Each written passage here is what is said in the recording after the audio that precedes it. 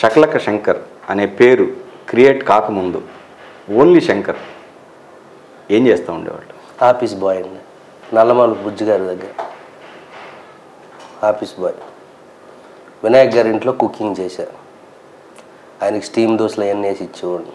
తర్వాత వచ్చి హరీష్ శంకర్ గారి దగ్గర, కోన వెంకట గారి దగ్గర, కిషోర్ కుమార్ డాలీ గారు ఉన్నారు కదా ఆయన దగ్గర, వీళ్ళందరికీ బాయ్ నేను. మొత్తం ఒక దగ్గర ఒక 10 మంది ప్రొడ్యూసర్లు, 10 మంది డైరెక్టర్లు.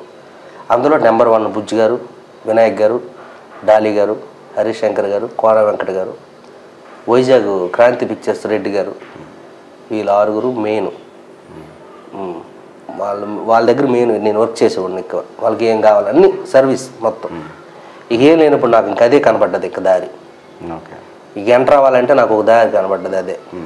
పెద్దోళ్ళు వీళ్ళ దగ్గర పనిచేస్తే లైఫ్ ఏమైనా ఉంటుంది అనుకున్నాం, అలాగే లైఫ్ ఉంది, వచ్చింది లైఫ్.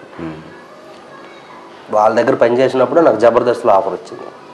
ఓకే, బుజ్జి గారి దగ్గర ఉన్నప్పుడే ఆఫర్ వచ్చింది జబర్దస్త్. అక్కడ మా గురువు గారు చట్టి గారు ఆఫీస్కి వచ్చారు.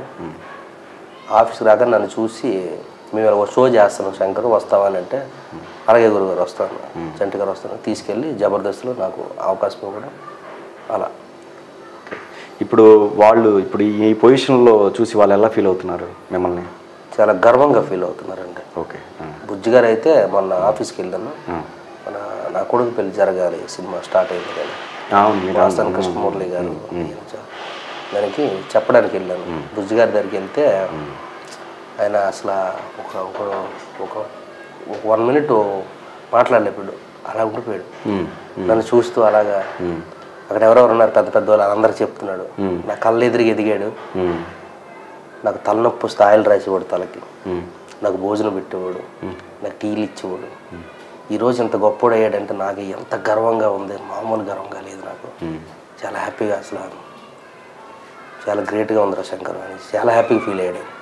అది నాకు చాలా ఆనందం అనిపించింది, మామూలు ఆనందంగా. సేమ్ టైం వినాయక్ గారి దగ్గరికి వెళ్తే ఆయన అయితే మరీ కౌగిలించుకొని, అబ్బో అసలు ఆయన తట్టుకోలేక, అప్పుడు సినిమా రిలీజ్ అవ్వలేదు, చిరంజీవి గారు సాంగ్ చూపించారు నాకు వినాయక్ గారు.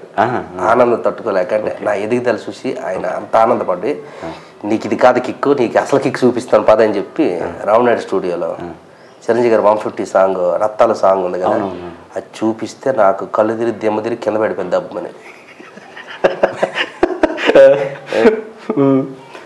ఏరా అని అంటే, ఒక్కడిని తీసుకొచ్చి చూపించేస్తే నా పరిస్థితి ఏంటి సార్ ఆలోచించారా? ఇది చూడాలంటే కొన్ని వేల మంది వెనకాతలు ఉండాలి, ఆ ఫోర్సు, ఆ బలం, ఆ ధైర్యం. అదేరా నువ్వు చిరంజీవి అంటే నీకు పిచ్చి కదా, ఇష్టం కదా, అందుకనే నీకంటే అయ్యో బాబోయ్ చంపేయారు నాయన మహానుభావుడు అని చెప్పి అప్పుడే ఫిక్స్ అయినా చూసినప్పుడే. గురువు గారు ఇంకా అంతే, ఆ రేంజ్లో ఉంటాడు మళ్ళీ అని. అలాగే చాలామంది గర్వంగా ఫీల్ అవుతున్నారండి చాలామంది. దిల్ రాజు గారు కానీ, శిరీష్ లక్ష్మణ్ గారు, శిరీష్ లక్ష్మణ్ గారు బాగా ఎంకరేజ్ చేస్తారు నన్ను. దిల్ రాజు గారు, తర్వాత వచ్చి బుజ్జి గారు, కోన వెంకట గారు, వినాయక్ గారు, అంతా వీళ్ళు వాళ్ళ దగ్గర నుంచి వచ్చారు కాబట్టి ఈరోజు వాళ్ళంతా చాలా ప్రౌడ్గా ఫీల్ అవుతున్నారు. అది నిలబెట్టుకోవాలి నేను కష్టపడి ఇంకా బాగా, వాళ్ళు ఇంకా హ్యాపీగా ఫీల్ అవుతుంటారు. అది కావాలి నాకు.